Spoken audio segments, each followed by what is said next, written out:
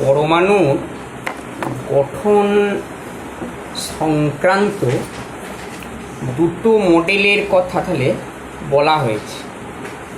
একটা হচ্ছে রাদারফোর্ডের পরমাণু মডেল, আর একটা হচ্ছে নিলস বোরের পরমাণু মডেল। তা এরপর তোমার এখন দুটো পরমাণু মডেলেরই কিছু কিছু ত্রুটি আছে।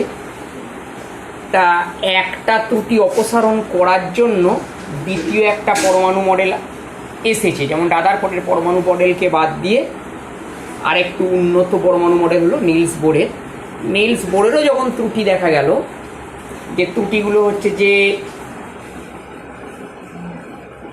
একটা ইলেকট্রন তোমার সবসময় রেখা বর্ণালী, একটা ইলেকট্রন যখন পরমাণুর চারদিকে নিউক্লিয়াসের চারদিকে ঘোরে, তখন বোরের তত্ত্ব অনুযায়ী তার যে বর্ণালী পাওয়ার কথা সেটা হচ্ছে যে নিরবিচ্ছিন্ন বর্ণালী, কিন্তু বাস্তবে রেখা বর্ণালী পাওয়া যায়। একটা বিচ্ছিন্ন বর্ণালী বলে না, রেখা বর্ণালী, লাইন স্পেকট্রাম পাওয়া যায়। আর কি সব থেকে বড় কথা, Bohr's theory is valid only for hydrogen or hydrogen-like atom. In other words, Bohr's theory is valid for one electron system. হাইড্রোজেনের ন্যায় পরমাণু মানে যে সমস্ত পরমাণু বাইরের কক্ষপথে একটা ইলেকট্রন আছে তাদের ক্ষেত্রে প্রযোজ্য। তাহলে হাইড্রোজেনের যেমন প্রযোজ্য, হিলিয়ামের দুটো ইলেকট্রন আছে, একটা ইলেকট্রন বের করে দাও, অর্থাৎ He+, একবার আয়নিত করলে He+ এর ক্ষেত্রে প্রযোজ্য। লিথিয়ামের তিনটে ইলেকট্রন আছে, তাহলে দুবার আয়নিত করে দাও, তাহলে দুটো ইলেকট্রন বেড়ে যাবে, Li+2। এদের ক্ষেত্রে বোরের থিওরি প্রযোজ্য, কিন্তু 2 or more ইলেকট্রন অ্যাটম যে সমস্ত ওগুলো আছে তাদের ক্ষেত্রে বোরস থিওরি প্রযোজ্য না। তা যাই হোক, বোরস থিওরিকে আবার সংশোধন করার জন্য আবার বোরেরই আর এক ছাত্র সোমারফিল্ড, বোর এবং সোমারফিল্ড দুজন মিলে আর একটা তথ্য দিচ্ছেন, সেটা বলা বোর সোমারফিল্ড থিওরি। তোমার সিলেবাসে আর নেই, বোরস থিওরিটি তোমার শেষ। তা এখন পরমাণু যখন একটা বর্ণনা করা হয়, তখন তার কিছু কিছু ভৌত রাশিকে আমাদের ধরে নেওয়া হয়, ভৌত রাশির সাহায্য নেওয়া হয়। সেই ভৌত রাশিগুলো কি? যেমন হচ্ছে যে পরমাণু ক্রমাঙ্ক বা অ্যাটমিক নাম্বার। পরমাণু ক্রমাঙ্ক কাকে বলে না, কোনো পরমাণু নিউক্লিয়াসে যতগুলো প্রোটন আছে, মোট যতগুলো প্রোটন আছে, সেই সংখ্যাটাকেই বলা হয় পরমাণু ক্রমাঙ্ক বা অ্যাটমিক নাম্বার। তাহলে কি দাঁড়ালো, কোনো পরমাণু নিউক্লিয়াসে মোট যত সংখ্যক প্রোটন আছে সেই সংখ্যাটাকেই বলা হয় atomic number. The total number of protons inside the atom of an element is called its atomic number। ঠিক আছে, সেই হিসাবে হাইড্রোজেন পরমাণু নিউক্লিয়াসে একটাই প্রোটন আছে, হাইড্রোজেনের পরমাণু ক্রমাঙ্ক 1। হিলিয়ামের দুটো প্রোটন আছে, হিলিয়ামের পরমাণু ক্রমাঙ্ক 2। সোডিয়ামের 11টা প্রোটন আছে, সোডিয়ামের পরমাণু ক্রমাঙ্ক 11। ক্লোরিনের 17টা প্রোটন আছে, ক্লোরিনের পরমাণু ক্রমাঙ্ক হলো 17। তা এখন তাহলে দেখছো যে পরমাণুর পড়ে এই পর্যন্ত পড়া হয়েছে যে পরমাণুর মধ্যে তাহলে 3 প্রকারের কণা আছে, ইলেকট্রন, প্রোটন আর নিউট্রন। কিন্তু প্রোটন, ইলেকট্রন, নিউট্রন এরা বিভাজ্য নয়, সেই কারণে পারমাণবিক সংখ্যা এরা সর্বদাই একটা পূর্ণ সংখ্যা, এটা কখনো ভগ্নাংশ হয় না। তা এখন পরমাণুর নিউক্লিয়াসের মধ্যে যতগুলো প্রোটন আছে, নিউক্লিয়াসের চতুর্দিকে ঘুরতে থাকা ইলেকট্রন সংখ্যাও ঠিক ততই বা সমান। সেই কারণে বলা যায় যে পরমাণু ক্রমাঙ্ক যা হবে আর প্রোটন সংখ্যাও তাই হবে, ইলেকট্রন সংখ্যাও তাই হবে একটা পরমাণুর ক্ষেত্রে। এখন কোনো একটা মৌলের রাসায়নিক ধর্ম নির্ভর করে তার বাইরের কক্ষের ইলেকট্রনের উপর তথা প্রোটন সংখ্যার উপর। অর্থাৎ বলা যেতে পারে কোনো পরমাণুর পরমাণু ক্রমাঙ্কটাই ওই পরমাণুর ধর্ম নির্দেশ করে। পরমাণু ক্রমাঙ্ক যদি কোনো কারণে চেঞ্জ হয়ে যায়, পরমাণুটাই অন্য পরমাণুতে রূপান্তরিত হবে, অন্য রাসায়নিক ধর্ম দেখাবে।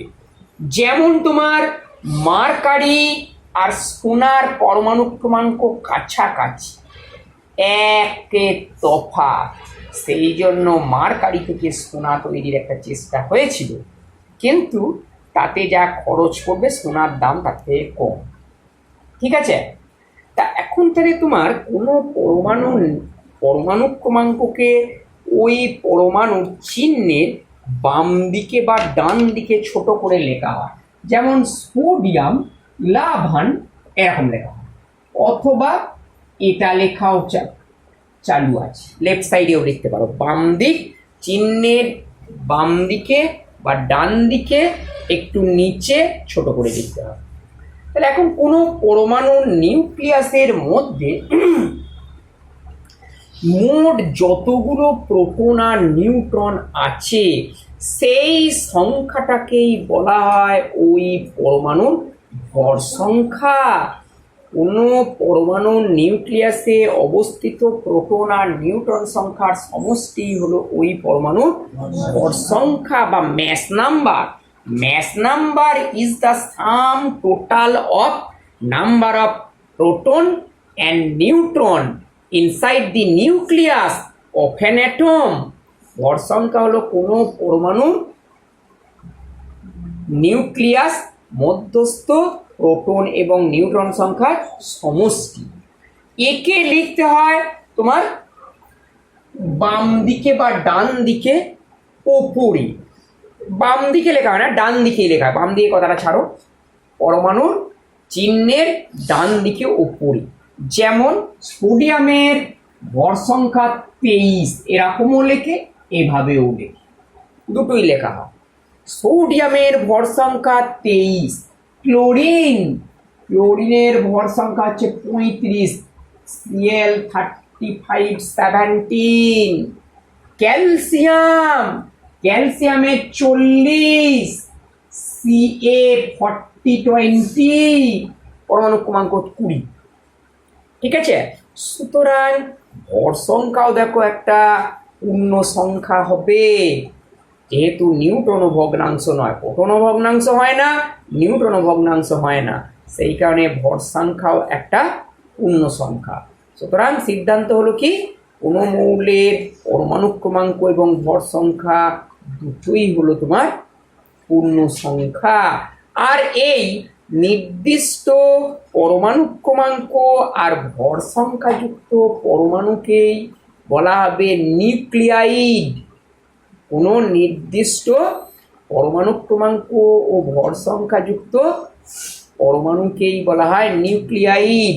তাহলে এইটা একটা সোডিয়ামের নিউক্লিয়াইড, এটা ক্লোরিন নিউক্লিয়াইড, এটা ক্যালসিয়ামের নিউক্লিয়াইড। আছে, তা তোমার ভর সংখ্যা আর পরমাণু ক্রমাঙ্ক যদি জানা থাকে, তাহলে ইলেকট্রন প্রোটন নিউট্রন সংখ্যাও নির্ণয় করা যাবে।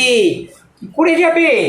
সোডিয়াম পরমাণুর এখানে প্রোটন সংখ্যা 11, প্রোটন সংখ্যা যত থাকবে ইলেকট্রন সংখ্যাও তত। ইলেকট্রন সংখ্যা 11, নিউট্রন সংখ্যা, এইটা তোমার প্রোটন আর নিউট্রনের সমষ্টি, তাহলে প্রোটনটা বাদ দিতে হবে, 23 মাইনাস 11 12, হবে না।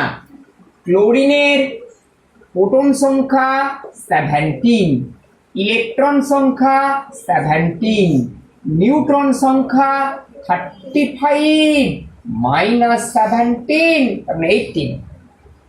এর ক্ষেত্রে প্রোটন সংখ্যা 20, ইলেকট্রন সংখ্যা 20, নিউট্রন সংখ্যা 40 মাইনাস 20 ইকুয়াল টু 20, তিনটেই ইকুয়াল এই ক্ষেত্রে।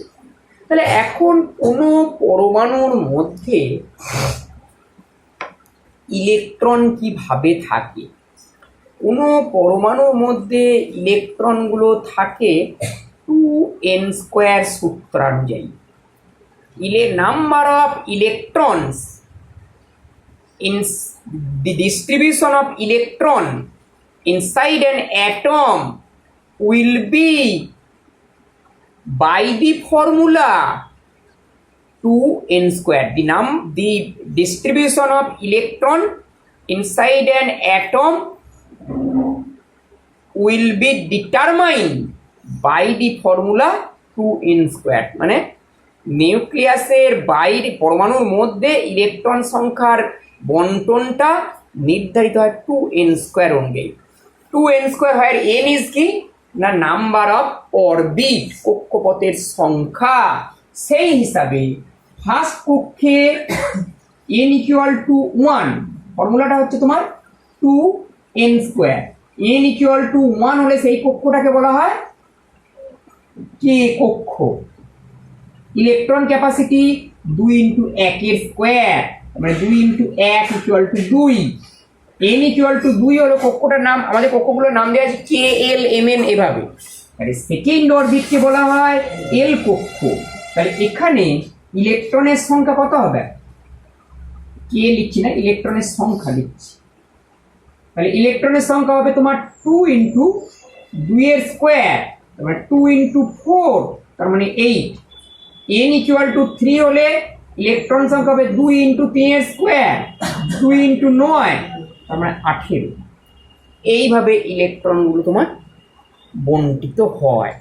এরপরে n = 4 হলে এটা হবে 2 × 4 এর স্কয়ার, মানে 32। আমি আর দেখাচ্ছি না, এর মধ্যেই তোমার থেকে যায় তোমার। তাহলে এখন যদি বলি যে অক্সিজেন পরমাণুর ইলেকট্রন স্ট্রাকচারটা কত, অক্সিজেন তোমায় এটা দিয়ে দেবে। অক্সিজেন 16, ইলেকট্রন, প্রোটন, নিউট্রন সংখ্যা নির্ণয় করে ইলেকট্রন বিন্যাস দেখাও। তাহলে এর ক্ষেত্রে তোমার কি হবে? প্রোটন কতগুলো হবে? 8টা, ইলেকট্রন 8টা, নিউট্রন 16 - 8 = 8। তাহলে ইলেকট্রন স্ট্রাকচার কি হবে? ইলেকট্রন স্ট্রাকচার, ইলেকট্রনগুলো তোমার পরমাণুর বিভিন্ন কক্ষপথে থাকে হুন্ডের নিয়ম অনুযায়ী। হুন্ডস রুল। হুন্ডের নিয়ম বলছে যে কোনো পরমাণু নিম্নতম শক্তি বিশিষ্ট কক্ষ থেকে ইলেকট্রনগুলো পূরণ হতে শুরু করে।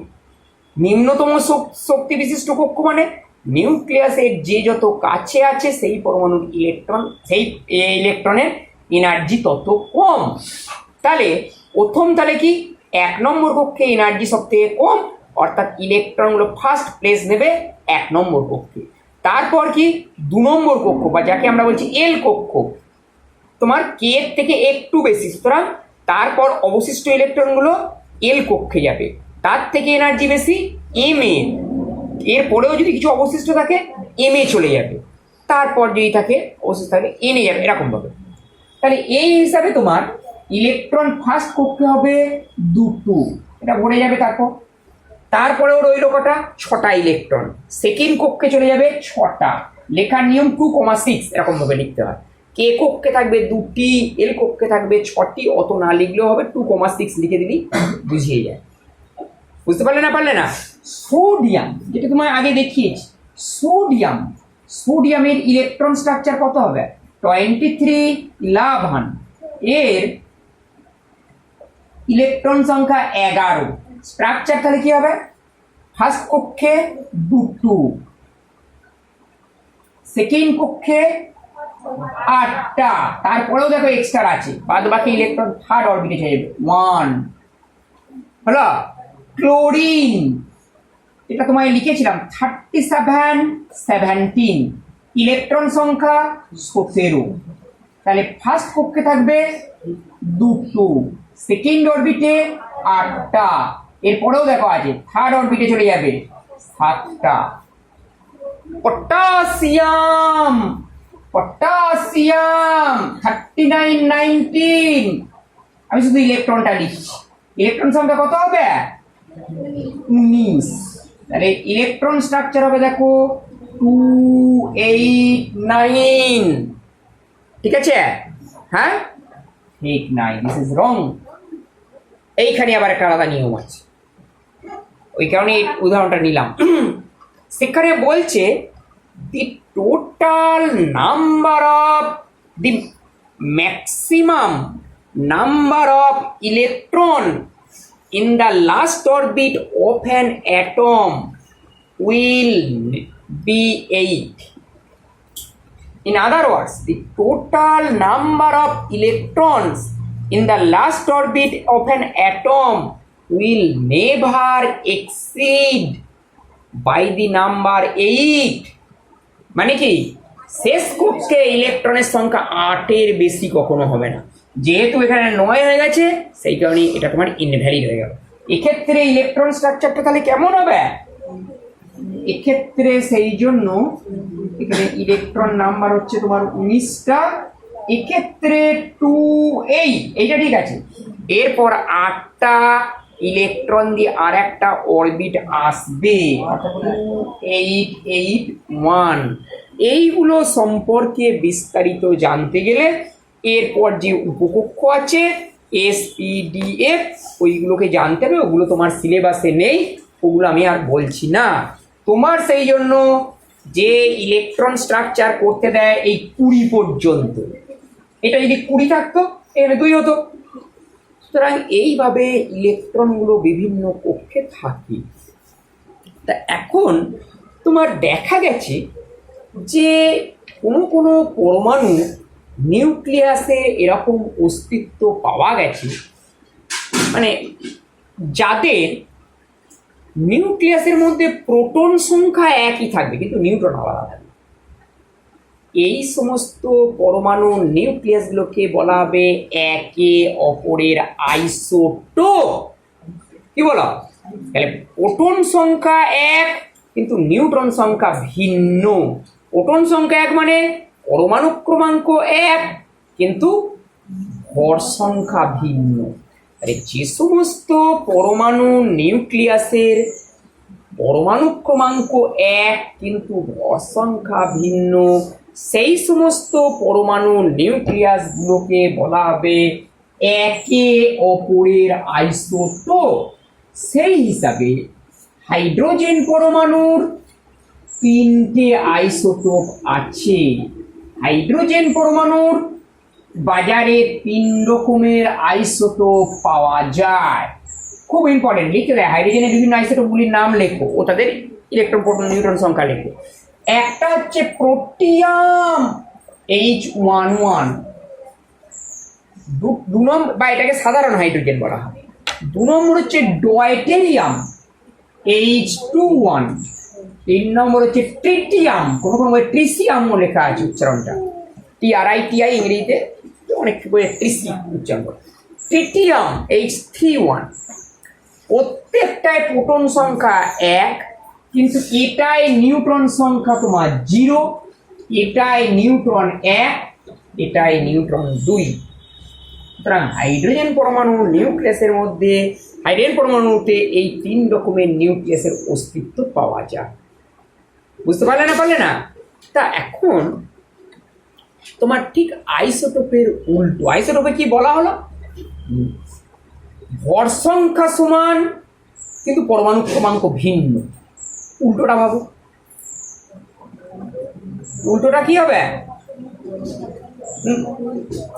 না, উল্টো আমি ভুল বলে ফেলেছি। পরমাণু ক্রমাঙ্ক সমান কিন্তু ভর সংখ্যা ভিন্ন। এর উল্টো কি হবে? ভর সংখ্যা সমান কিন্তু পরমাণু ক্রমাঙ্ক ভিন্ন।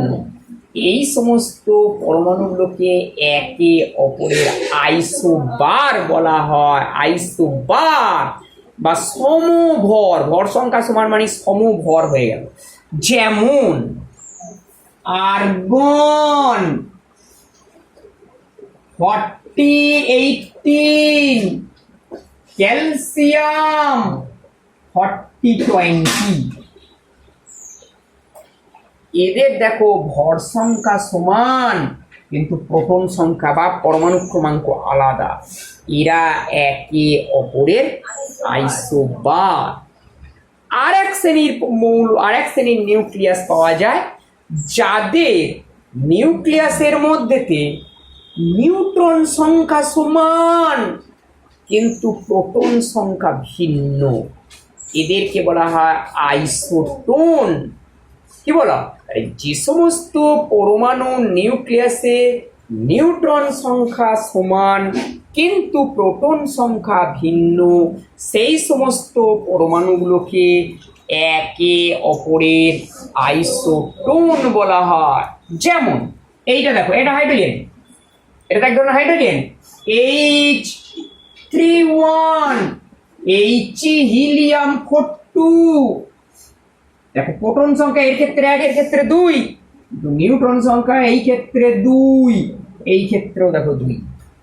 বুঝতে পারলে না? সুতরাং যে সমস্ত পরমাণু নিউক্লিয়াসে বলো তোমার নিউট্রন সংখ্যা সমান কিন্তু প্রোটন সংখ্যা ভিন্ন, সেই সমস্ত পরমাণুগুলোকে বলা হয় পরমাণু নিউক্লিয়াসগুলোকে একে অপরের আইসোটোন বলা হয়। তাহলে এখন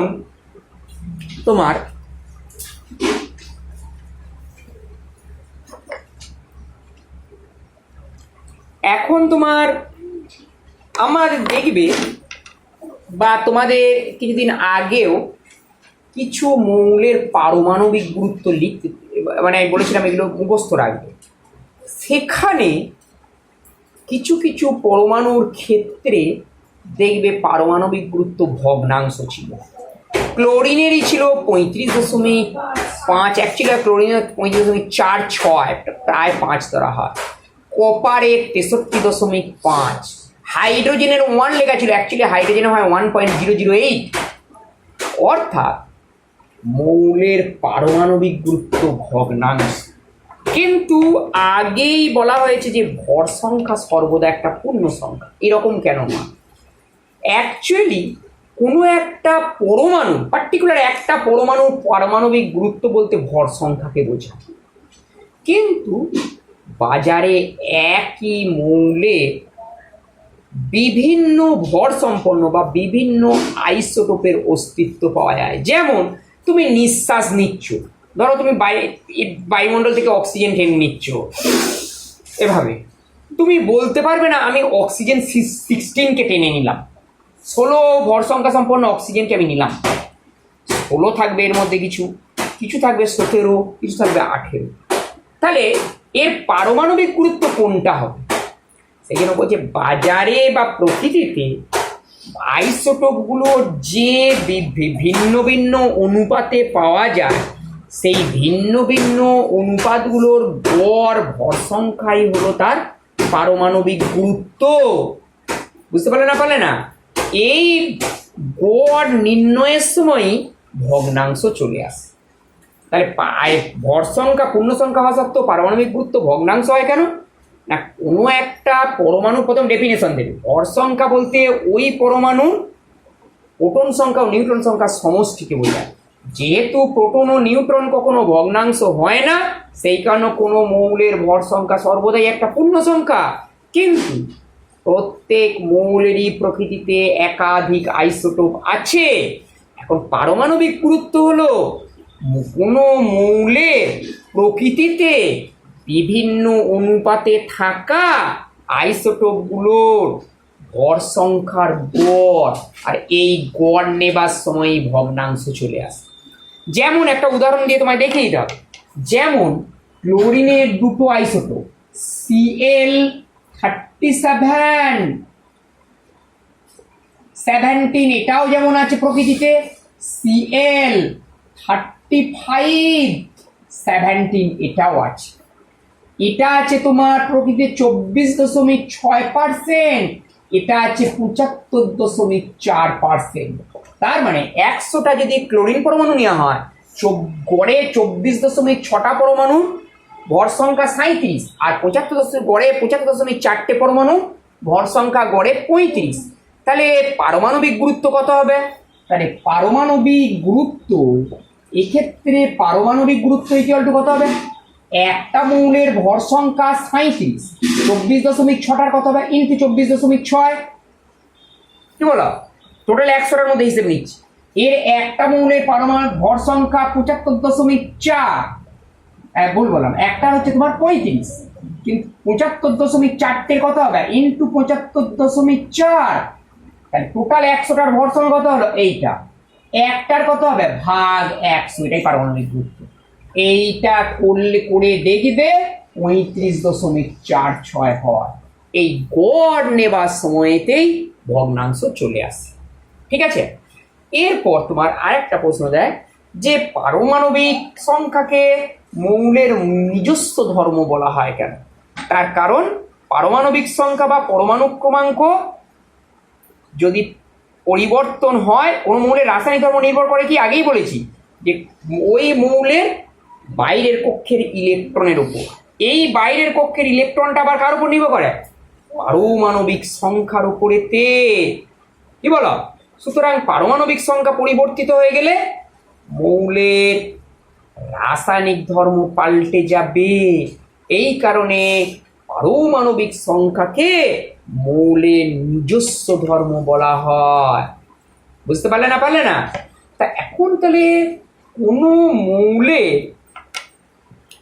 নিউক্লিয়াসের মধ্যে দু রকমের কণা দেখা যায়, একটা হচ্ছে প্রোটন আর একটা কণা হলো নিউট্রন। তাহলে এখন প্রোটনগুলো কি সব পজিটিভলি চার্জ, সব ধনাত্মক তড়িৎ, আর নিউট্রনগুলো নিস্তরী। ধনাত্মক তড়িৎকে আকর্ষণ করে না বিকর্ষণ করে? বিকর্ষণ করে। সুতরাং নিউক্লিয়াসের মধ্যে প্রোটনগুলো একে অপরকে বিকর্ষণ করবে এবং একে অপর থেকে দূরে সরে যাবে, অর্থাৎ নিউক্লিয়াসের আকারটা অনেক বড় হবে। বাস্তবে কি নিউক্লিয়াসটা খুব ছোট্ট, অর্থাৎ এখানে বিকর্ষণ বল নেই, তার পরিবর্তে আছে একটা শক্তিশালী আকর্ষণ বল। তা নাহলে ছোট হবে না। এবং কেমন ছোট? তুলনা করা হয় যে যদি ধরে নেওয়া হয় যে পরমাণুটা একটা বৃত্তাকার পথ, টোটাল পরমাণু লাস্ট কক্ষের ইলেকট্রনগুলো একটা বৃত্ত পথে ঘুরছে, যে বৃত্তের পরিধি হলো 100 মিটার, এক পা ঘুরলে 100 মিটার দেওয়া হবে। তাহলে নিউক্লিয়াসটার আকার হবে ওই বৃত্তের কেন্দ্রে অবস্থিত একটা আলপিনের মাথার মতো। কি বলো? যেখানে ইলেকট্রনগুলো ঘুরছে 100 মিটার দৌড় প্রতিযোগিতার একটা পথে, নিউক্লিয়াসটা সেখানে কোথায়? ওর কেন্দ্রে অবস্থায় একটা আলপিনের মাথার মতো জায়গায় আছে। কত ছোট্ট ভেবে দেখো। তার মানে কি বলা যায়, প্রোটনগুলোর মধ্যে বা পরমাণুর নিউক্লিয়াসের মধ্যে যে সমস্ত কণা আছে, প্রোটন নিউট্রন, তাদের মধ্যে একটা স্ট্রং অ্যাট্রাকশনাল ফোর্স রয়ে গেছে, যে বলের দ্বারা প্রোটন এবং নিউট্রনগুলো অত্যন্ত ক্ষুদ্র জায়গায় একত্রীভূত অবস্থায় আছে। এই বলটা কি বলা হয়? নিউক্লিয় বল। নিউক্লিয় বল বা নিউক্লিয়ার ফোর্স। তাহলে নিউক্লিয় বল কি? পরমাণুর নিউক্লিয়াসের নিউক্লিয়াসের মধ্যে যে শক্তিশালী বলের দ্বারা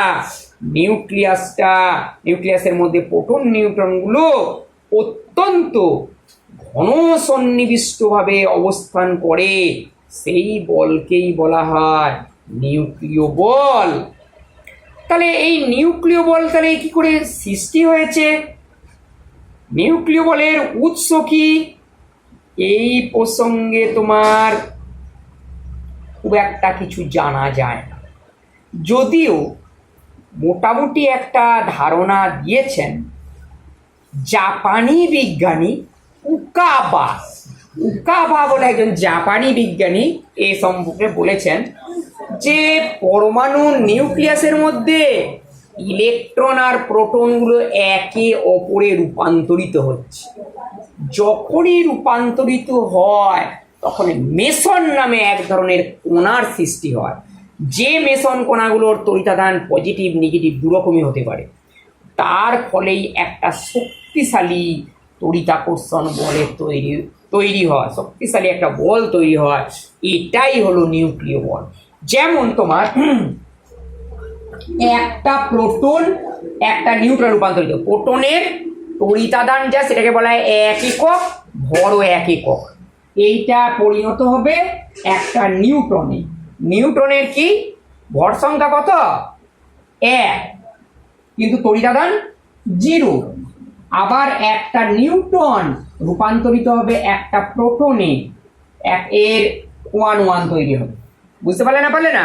তাহলে এটা দেখো +1 ছিল, হয়ে গেল 0। এটা বলছে আধানের সংরক্ষণ নিয়ম অনুযায়ী এটা হওয়া সম্ভব, according to charge conservation rule. তাহলে কি করে হবে? যে এই সময় আর একটা কণার উদ্ভব ঘটে, একে বলে মেসন কণা, পাই দিয়ে লেখা হয়, পাই মেসন। এর ভরটা 0 কিন্তু তড়িতাদান নেগেটিভ, -1। তড়িৎ ভুল বললাম, তড়িতাদান +1। তাহলে দেখো এবার মিলে যাবে, এইটা 1 হবে, দেখো মিললো, এটাও যোগ করলে 1 হবে, দেখো নিচেরটা মিলল।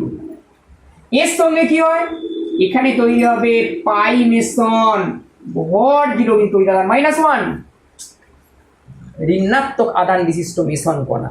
এরা একটা শক্তিশালী আকর্ষণ বল তৈরি করে, এই বলটাই নিউক্লিয় বল। বিজ্ঞান এত উন্নত হয়েছে, কিন্তু নিউক্লিয় বল কি রূপে সৃষ্টি হয়েছে এ সম্পর্কে এখনো কিছু জানা যায় না। তবে যেটুকু জানা যায় সেটা হচ্ছে nuclear force is a very short range force. খুব অল্প দূরত্বের মধ্যে এই নিউক্লিয় বলটা কার্যকর হয়, একটু বেশি দূরত্বে গেলে এর আর কিছু অস্তিত্বে টের পায়। সামান্য একটু দূর, অর্থাৎ একটা নিউট্রন ঠিক তার পার্শ্ববর্তী একটা নিউক্লিয়াসের মধ্যে কণা, যে কণা প্রোটন নিউট্রন এদেরকে একত্রে বলে nucleon. As they are inside the nucleus so they are called nucleon. নিউক্লিয়াসের মধ্যে অবস্থিত বলে তাকে বলা হয় নিউক্লিয়ন। তার পার্শ্ববর্তী একটা প্রোটন বা নিউট্রনকে আকর্ষণ করে, তার পাশে যে আকর্ষণ করে সেটা খুব কম, তার পাশে একদম নেই, সেখানে বলা হয় nuclear force is a very short range force. ঠিক আছে? তাহলে এখন ইলেকট্রনগুলো তাহলে নিউক্লিয়াসের চারদিকে যখন ঘোরে তখন তারা কি ভোরের থিওরি অনুযায়ী পড়েছ কোনো রকম শক্তির বিকিরণ করে না, কিন্তু বোরমশাই এটাও বলেছেন কখন করবে। when the electron comes from higher orbit to lower orbit then it emits some amount of energy। উচ্চ শক্তি বিশিষ্ট কক্ষ থেকে নিম্ন শক্তি বিশিষ্ট কক্ষে এলে সে কিছু পরিমাণ শক্তির বিকিরণ করবে। বুঝতে পারলে না? আবার কখন শক্তি শোষণ করবে, ঠিক উল্টোটা, যখন লোয়ার এনার্জি থেকে হায়ার এনার্জিতে যাবে তখন শক্তি সে শোষণ করবে। তাহলে কোনো ইলেকট্রন থেকে যদি কোনো পরমাণু থেকে যদি এক বা একাধিক ইলেকট্রন অপসারণ করে দেওয়া হয় তখন ওই পরমাণুটা আয়নে পরিণত হয়, আয়ন হয়ে যায় না, যায় না? তাহলে ওই আয়ন কি করে উৎপন্ন করা যায়? একটা ধরো আয়ন কি করে উৎপন্ন করা যায়? আয়ন উৎপন্ন করতে গেলে কি করতে হবে? নিউক্লিয়াসের বাইরে যে লাস্ট কক্ষপথ থেকে এক বা একাধিক ইলেকট্রনকে ধাক্কা মেরে বের করে দিতে হবে। তাহলে তার মানে কি কিছু এনার্জি দিতে হবে। তাহলে কি রূপে হতে পারে? দ্রুত গতি সম্পন্ন ওপর একটা ইলেকট্রন এসে মারলো ধাক্কা, ছিটকে বার করে দিল, এইটা একটা প্রক্রিয়া। 2 নম্বর কি, মেটাল সারফেসের উপর তোমার হাই এনার্জেটিক রে ফেলা হলো, আলোক রশ্মি বা এক্স রশ্মি বা গেমা রশ্মি, এইগুলো ফেললে এগুলো এনার্জি খুব বেশি, ওই পরমাণু শেষ কক্ষ থেকে ইলেকট্রন বেরিয়ে চলে আসে। কেন না, বাইরে থেকে ওই এনার্জিটা পেয়ে যায়, পেয়ে নিউক্লিয়াসের কক্ষপথ থেকে ত্যাগ করে বাইরে চলে আসে। আর কি রূপে উৎপন্ন হতে পারে? হিট করো, গরম করো, তাপ শক্তি পাবে ইলেকট্রনগুলো, তাপ শক্তি পেলে সেটাও তোমার পরমাণু কক্ষপথ ছেড়ে বেরিয়ে চলে আসে। আর কি রূপে হতে পারে? অথবা একটা মেটাল প্লেট ধরো, এখানে স্ট্রং পজিটিভ ফিল্ডের মধ্যে রাখা আছে, এইখানে একটা স্ট্রং পজিটিভ ফিল্ড মানে একটা জাবদা পজিটিভ তড়িৎগ্রস্ত প্লেট রাখা আছে, বা ব্যাটারির পজিটিভ মেরুকে এখানে রাখা আছে, শক্তিশালী ব্যাটারি। তাহলে কি হবে? ইলেকট্রনগুলো নেগেটিভ, সে এদিকে যেতে চাইবে, তো তখন ইলেকট্রন তোমার ধাতব পদার্থের বা পরমাণুর কক্ষপথ ছেড়ে বেরিয়ে চলে আসে, একে বলা হয় ফিল্ড এমিশন বা ক্ষেত্র নিঃসরণ। সুতরাং এইভাবে তোমার কোনো পরমাণু থেকে ইলেকট্রন নিঃসৃত হতে পারে। ঠিক আছে, ঠিকঠাক শেষ হয়ে গেল।